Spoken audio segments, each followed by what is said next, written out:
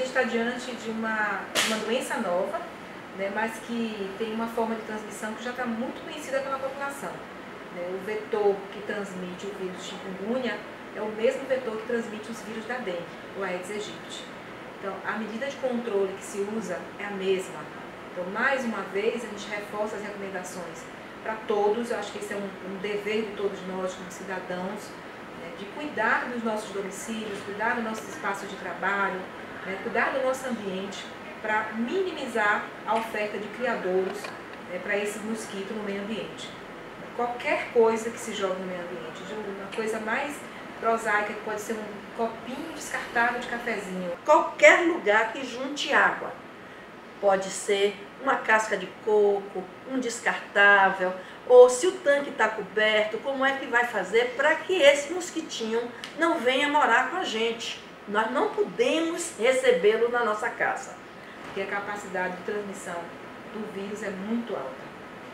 Nós temos então que toda semana, no máximo 7 dias, se possível, a cada 5 dias, olhar toda a nossa casa, o quintal, o ambiente todo externo, para ver se tem algum criadouro. Além disso, se houver realmente transmissão desse vírus chamado chikungunya na sua cidade, ou próximo de você, em qualquer vizinhança, mas na sua cidade em particular, você não pode tomar aspirina, não pode tomar qualquer medicamento derivado do ácido acetil salicílico, que é aspirina, mas que pode ter outros nomes na farmácia, e nem esses chamados os anti-inflamatórios, né?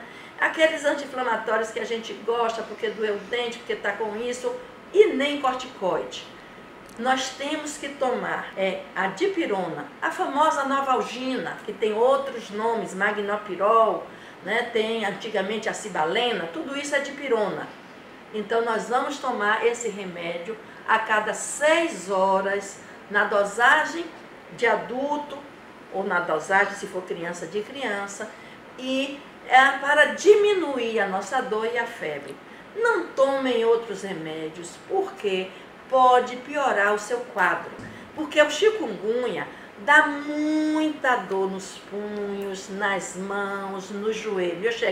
Pega as nossas juntas e começa a doer muito, dá uma febre alta e muita dor. Então nós precisamos baixar a febre e precisamos que a nossa dor seja minimizada.